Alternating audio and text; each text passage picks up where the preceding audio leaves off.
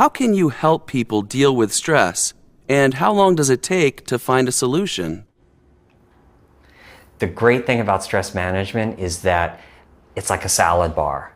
There are 30 different choices on a salad bar, and some of us like most of the things that are offered, but some of us don't like everything. But we get to choose what works for us and what we enjoy. Same thing with stress management. There are more than 30 different ways you can manage stress. There are probably 30 million and counting. And we should pick the techniques, many of them easy and simple and fun, that we like, and therefore will be more likely to use them on an ongoing basis. So stress management can take as little as 10 seconds. You can look at a beautiful picture that you took on your last vacation.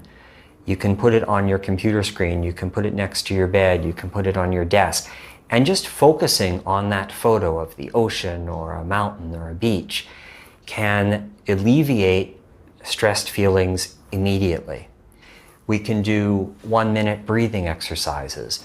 We can exercise. We can take a 10-minute walk around the block. We can meditate each day.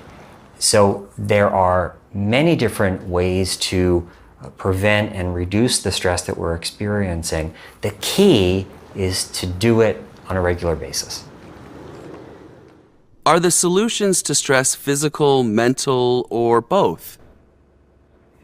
Stress management involves both the mind and the body. They make great partners when we're trying to feel better and to cut down on the stress that we're experiencing.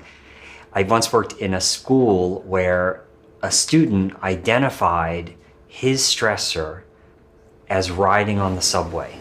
He felt very stressed going to school every day and very stressed when it was time to go home because the subway made him feel very closed in and like he wanted to escape. He couldn't stand the crowds. And then we opened up to the rest of the group and we asked them for different ways that this student might think about this stressor and different ways that he might act to try and reduce it.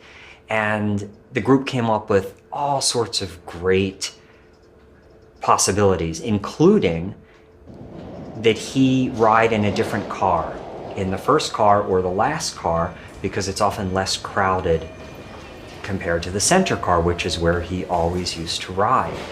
And he liked that idea, and I heard from the principal of the school a few weeks later that he in fact had started riding in the first car, and for the first time in his subway taking life, he didn't feel stressed, he didn't feel anxious because the car was less crowded and he felt so much better.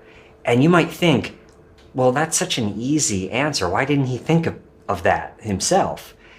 The truth is, and I think we all identify with this, we get into very fixed ways, habits almost, of thinking and acting because we deal with our stressors and have dealt with them in similar ways for a long, long time.